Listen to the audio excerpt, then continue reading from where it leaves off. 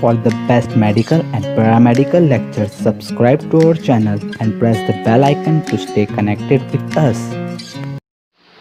Hello everyone, my name is Rosaline and today I'm gonna talk about varicose vein. So let's get started. Definition: varicose vein are abnormally dilated, tartarous, superficially vein caused by incompetent venous wall. And you can also refer the picture which I have shown in my presentation, which how the varicose vein looks like. Introduction: varicose vein is a common condition caused by weak or damaged vein walls and valves. As blood rushes through our legs, the veins send back it to the heart. However, over a period of time, due to the force of gravity, the veins lose their ability to push the blood upward, causing the blood to settle down in certain areas of the veins. This is also called as viscosity, varicosity, or varicosis. And one more thing is there to add up is varicose vein can occur in men and women of any age. Means there is no age limit for varicose vein to get happened. So next is causes and risk factors, that are damage to the veins, thrombophlebitis, sedentary lifestyle, high weight gain, prolonged standing, menopause, poor venous circulation, and one more thing is their pregnancy and obesity, and also aging of tissue, uh, which are the causes and risk factors of varicose vein. Next is clinical manifestations, that are when the patient comes to you or when the patient comes to the clinic, what are the signs and symptoms which he tells you about his disease condition, that are pain in leg, itching, visible enlarged veins, mild swelling of veins, discoloration, hyperlipidermatosclerosis, pigmentation, skin ulceration, and bulging veins. So, when we know about this disease condition or we have some doubt about the disease condition, we have the diagnostic evaluation which will definitely told us that what is the exact condition of the patient. First is through general physical examination. We can know this how the patient is. Family history of varicose vein. The third, ultrasonography of veins. And the last one is Doppler scan, which is test that uses sound waves to show blood moving through blood vessels. Like a regular ultrasound also uses sound waves to create images of structures inside the body, but it can't show blood flow. So it is very essential for to do Doppler scan in varicose vein. Next is management or self-care. Maintain a healthy weight, avoid wearing tight clothes, avoid standing for extended period of time, use of compression stockings. This stocking simply works by reducing the amount of blood and pressure in the veins, which are very helpful in the patient of varicose vein.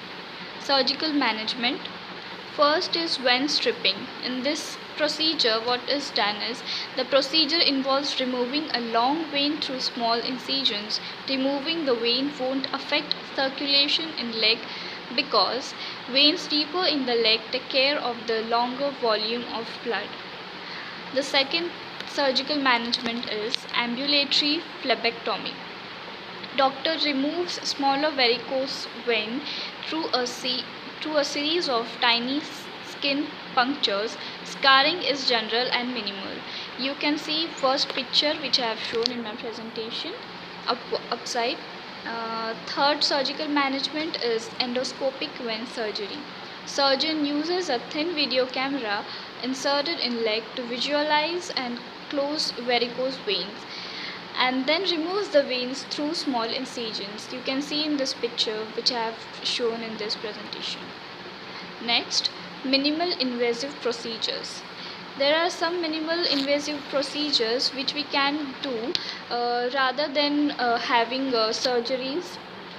These are electrode desiccations, which is in this method is used to destroy the inner line of the vessel wall. The second one is radio frequency. These waves modulate and disrupt the process of mechanical damage. Next, laser therapy. A laser beam administered through a special probe produces thermal burns on the vessel valve. Last one is sclerotherapy, which is very easy to do and which is very helpful for in the patient of varicose vein.